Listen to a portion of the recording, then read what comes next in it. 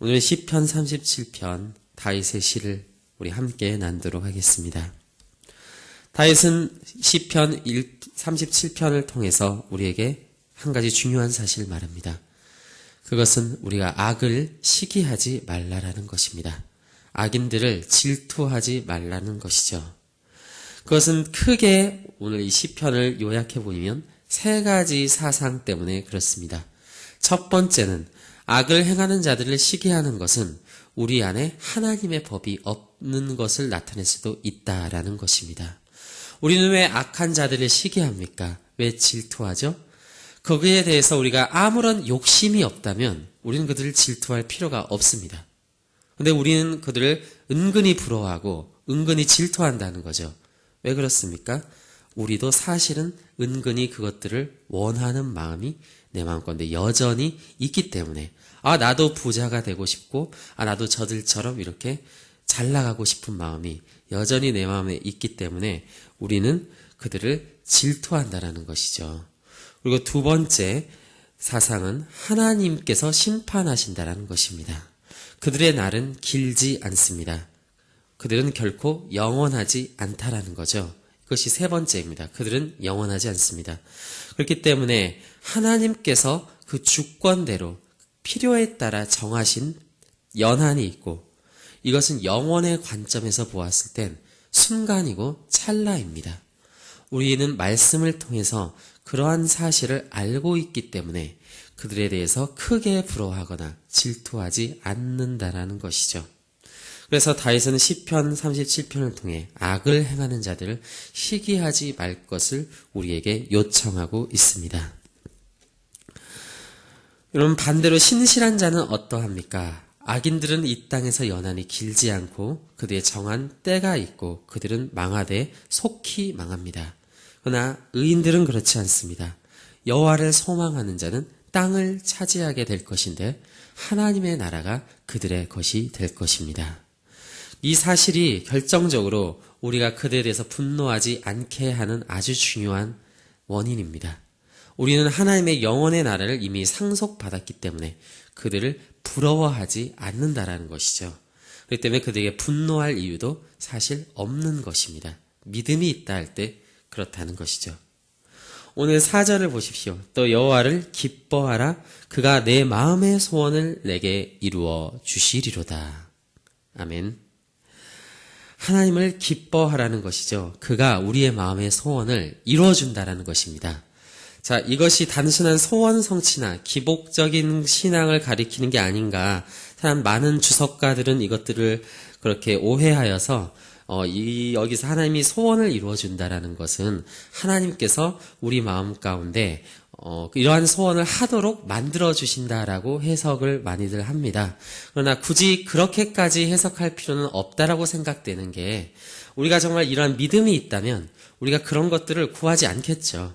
우리가 정말 하나님의 영원한 나라가 참으로 가치가 있고 하나님의 영광이 가장 내 인생 가운데 기쁨이 된다라는 것. 오늘 보시죠. 여호와를 기뻐하라. 하나님을 기뻐할 줄 알고 그 하나님을 원할지 않은 자라면 그 마음의 소원이 세상적인 것을 구할 것이라고 예상할 수 없을 거라 생각합니다. 그게 우리 마음에 있는 믿음이 불러일으키는 소원이기 때문에 그렇다는 거죠.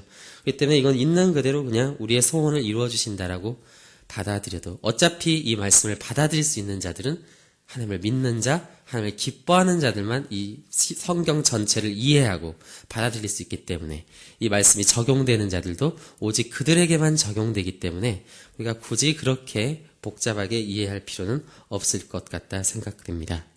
그래서 5절을 보십시오. 우리의 길을 여호와께 맡기라. 그를 의지하면 그가 이루어 주실 것이고 내 일을 빛같이 나타내시며 공의를 정오의 빛같이 하시로다. 요즘 낮에 굉장히 덥습니다. 빛이 굉장히 따갑죠. 여러분, 정오의 빛같이 하신다라는 건 우리 얼마나 하나님께서 빛나게 하실 거라는 것입니까? 우리는 그러한 소원을 가지고 살아가야 할 것입니다. 오늘 11절을 보니까 온유한 자들은 땅을 차지할 것이다. 예수님께서 마태복음에서 말씀하신 것이 시편에 그대로 있음을 우리가 보게 됩니다. 온유한 자들이 차지하는 땅, 그들은 풍성한 화평으로 즐거워할 거라고 말하는데요. 세상의 법칙에서 이건 사실 잘 이해가 되지 않습니다. 세상에서 온유한 자들, 이렇게 겸손한 자들은 땅을 뺏기는 것 쪽에 더 가까운 자들이 많기 때문에 손해보는 경우가 더 많기 때문에 이 말씀이 그렇게 쉽게 이해되진 않습니다. 그러나 우리는 이 말씀을 영적인 관점에서, 영원한 관점에서 이해할 수 있었으면 좋겠습니다. 오늘 시편 37편을 보십시오. 하나님의 심판의 때가 있고 반드시 그들의 끝날이 있다라고 말하고 있는 것을 볼 때 지금 하나님께서 차지하게 하고자 하는 땅은 이 땅이 아님을 우리는 문맥적으로 알 수 있습니다. 이것은 비단 시편 37편에서만 이야기하는 것이 아니라 구약성경 전체, 더 나아가서 성경 전체에서 일관적으로 이야기하는 것입니다. 그들은 세상에서는 고난을 받고 세상에선 비록 환난을 당할 수 있으나 영원한 복이 반드시 그들에게 있을 것이다.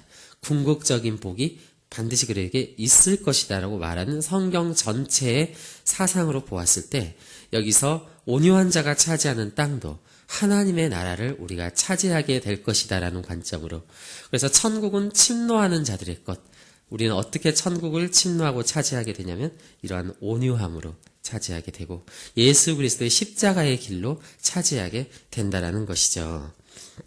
그래서 이 시편은 그러한 것들을 말하고 있습니다. 이 12절에서 20절부터 이제 다윗은 하나님께서 그 악인들의 모든 계획을 반드시 좌절시키신다라는 것을 말하고 있습니다. 악인들은 세상의 사상과 세상의 가치관은 오늘도 끊임없이 믿는 자들을 넘어뜨리기 위해서 계략을 꾸밉니다.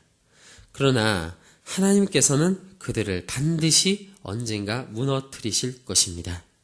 반드시 하나님께서는 그들을 심판하실 거라는 거죠.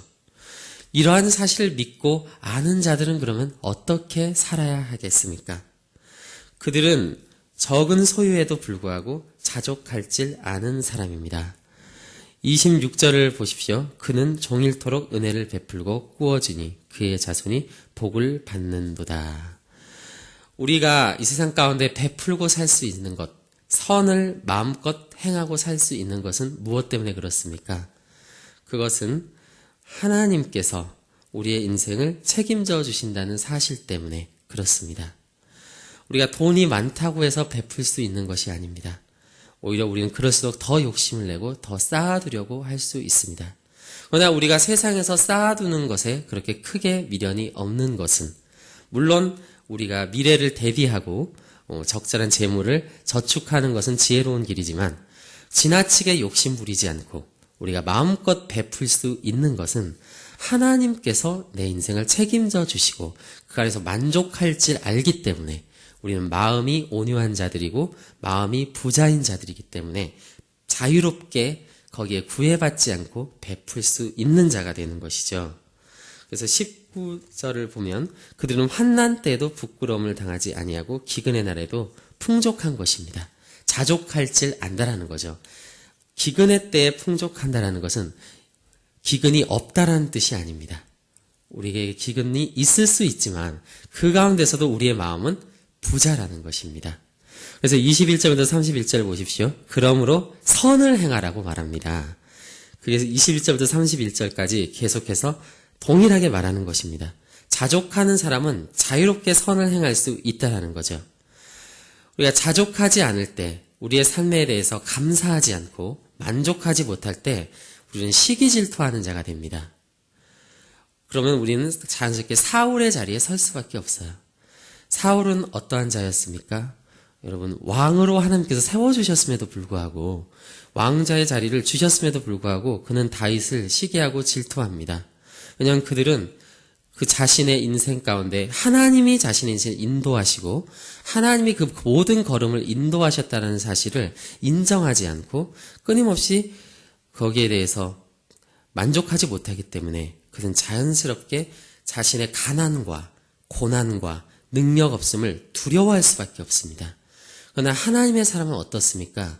자신이 비록 능력이 조금 없고 고난이 찾아오고 가난함이 찾아오더라도 그런 것들을 두려워하지 않습니다.